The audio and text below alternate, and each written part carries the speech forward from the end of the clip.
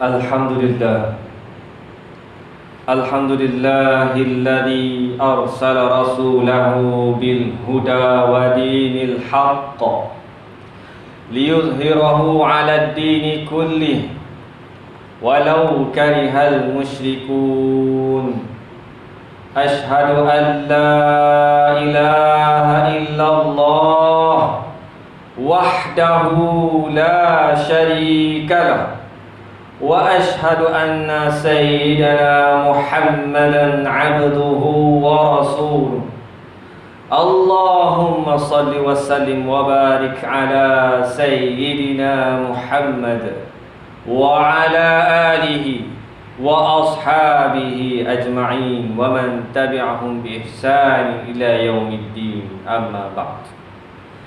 Faya ibadallah, ittaqullaha haqqa tuqatih wa la tamutunna illa wa antum muslimun. A'udzu billahi minasy syaithanir rajim. Laqad kana lakum fi rasulillahi uswatun hasanah liman kana yarjullaha wal yawmal akhir wa dzakarallaha katsiran. Shadaqallahul azim. Sidang jemaah yang dirahmati Allah Subhanahu wa taala sekalian, marilah kita sama-sama bertakwa kepada Allah Subhanahu wa taala. Saya menyeru diri saya dan juga hadirin sekalian supaya kita sama-sama bertakwa kepada Allah Subhanahu wa taala. Laksanakan segala titah perintah Allah Subhanahu wa taala dan meninggalkan larangan Allah Subhanahu wa taala. Mudah-mudahan dengan takwa, bekalan takwa yang kita bawa ini memberi kejayaan kita kepada dunia dan kejayaan kita di akhirat, insya-Allah. Allah SWT berfirman dalam surah Al-Ahzab yang kita baca tadi, ayat 21, yang maksudnya sesungguhnya bagi kamu diri Rasulullah SAW itu sebagai contoh ikutan yang baik kepada siapa yang mengharapkan Allah Subhanahu wa taala dan hari akhirat dan banyak mengingati Allah Subhanahu wa taala.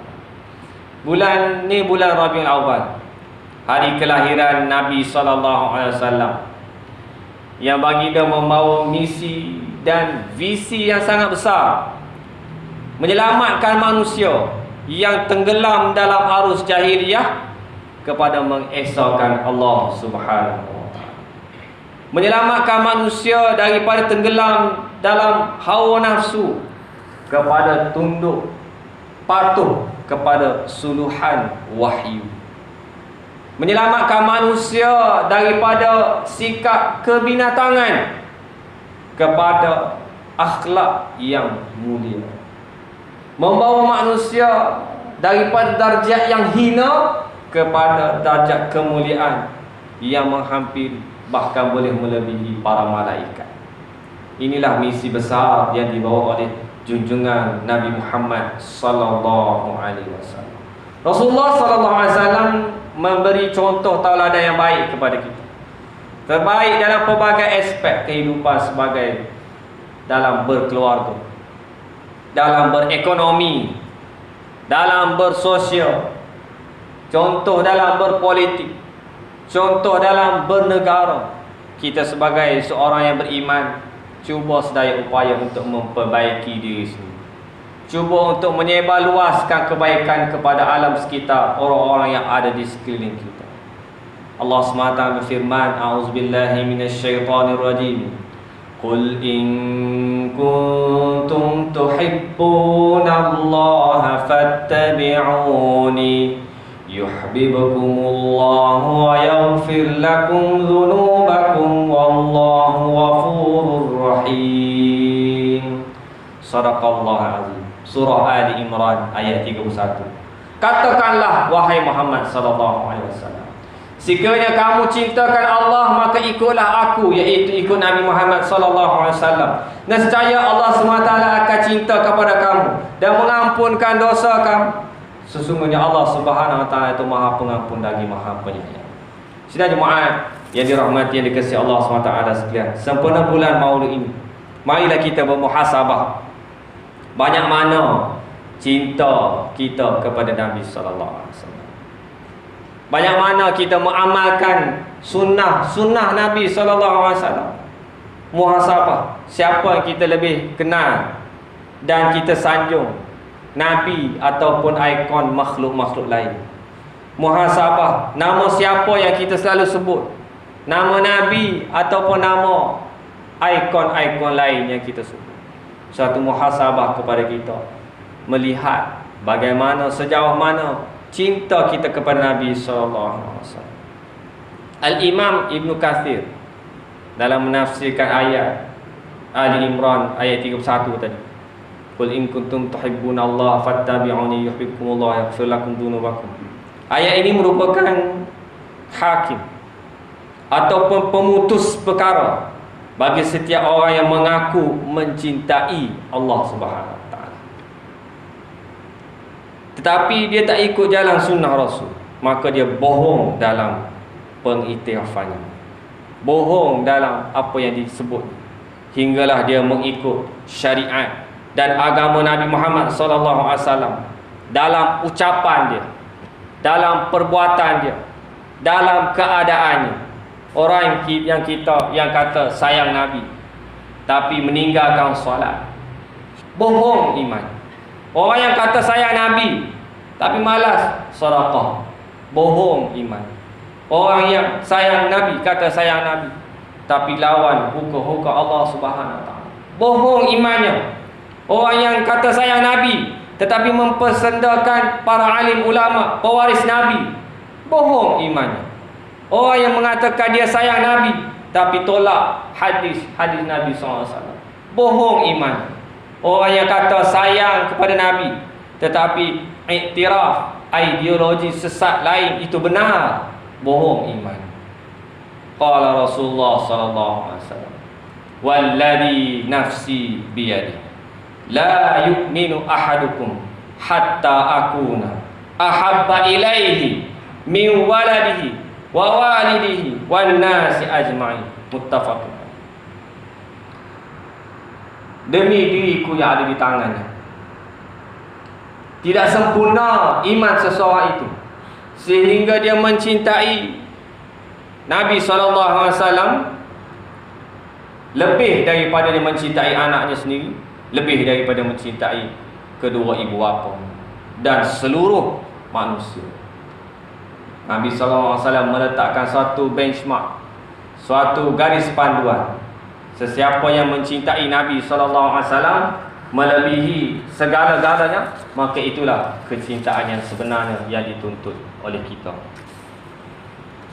Beberapa minggu lalu kita digemparkan dengan kisah Cikgu Samuel Petty yang dibunuh oleh Abdullah Anzorf sebagai respon kepada tindak balas dia menghina Nabi Muhammad SAW dalam kelas sejarah dia.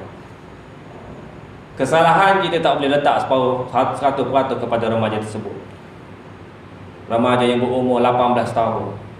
Kerana apa yang dibuat oleh Presiden Perancis itu sendiri lebih teruk lagi. Pelukis kartun Charlie Hebdo sengaja mencetuskan provokasi, mengundang malapetaka ini, perkara yang sangat melampau. Saya menyeru kepada diri saya dan juga tuan-tuan sekalian, marilah kita bersama-sama dengan pihak kerajaan untuk memboikot produk-produk daripada Perancis. Kita carilah dalam internet apakah yang telah mereka lakukan kepada Nabi Muhammad SAW.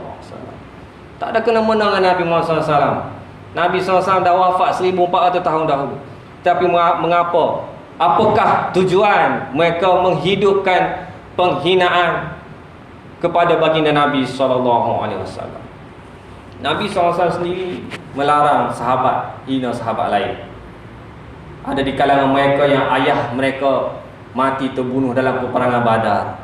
Nabi SAW kata jangan hina sesama mereka. Ada di kalangan ayah mereka sendiri yang mati dalam peperangan Badar, seorang musyrik yang menentang agama Allah Subhanahu Wa Taala.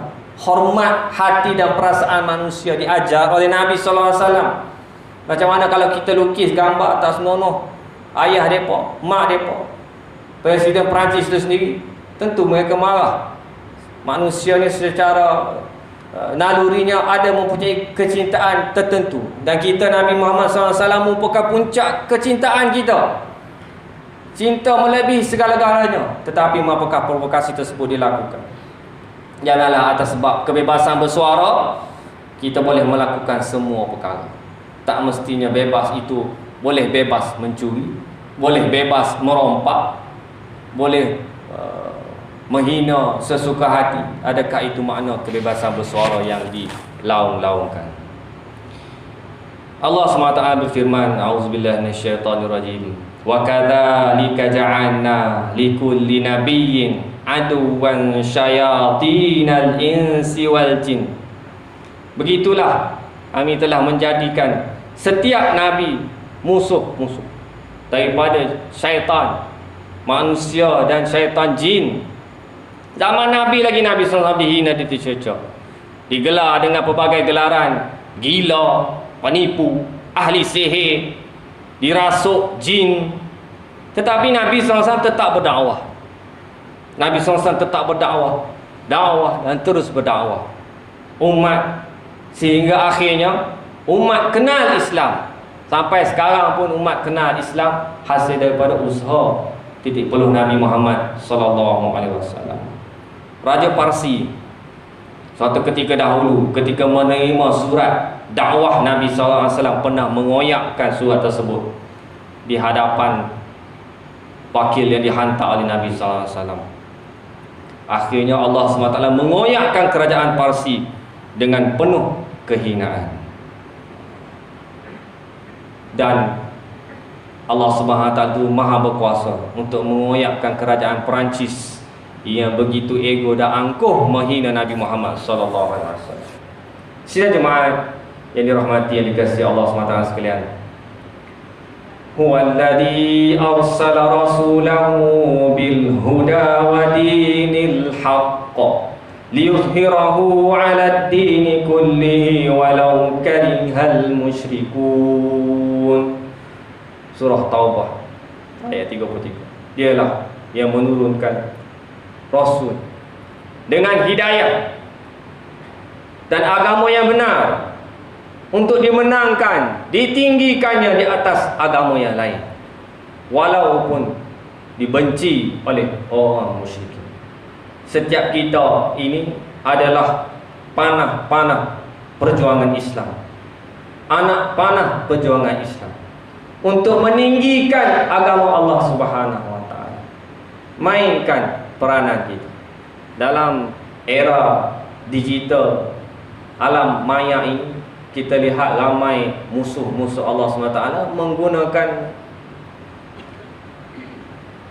fake account palsu dalam Facebook dan sebagainya untuk menghina Islam itu sendiri, menghina, mencipta persepsi-persepsi buruk kepada Islam.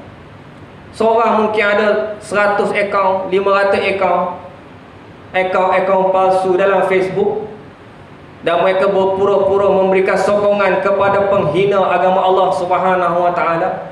Mungkin mereka menggunakan nama-nama Islam, nama-nama Melayu. Profile pic pun nama-nama Melayu, gambar-gambar orang Melayu Islam, dan menghina, mencerca para alim ulama, mencerca orang-orang yang memperjuangkan agama Allah SWT. Kita ini sebagai anak panah, mata-mata panah kepada perjuangan Islam, mainkan peranan kita. Gunakan jari kita untuk mempertahankan agama Allah Subhanahu wa taala. Mana-mana akaun Facebook palsu, kita report. Itu tugas kita. Zaman sekarang ini zaman peperangan persepsi. Orang membina persepsi buruk kepada Islam, membina persepsi buruk kepada perjuangan Islam.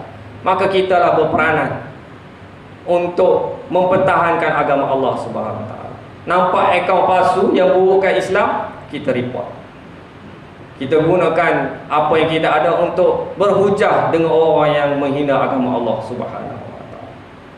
Kena buat macam tu. Insya-Allah, mudah-mudahan Allah SWT memberikan kekuatan kita untuk menjunjung kalimah Allah Subhanahu wa taala yang dibawa, yang diperjuangkan oleh Nabi Muhammad sallallahu alaihi wasallam.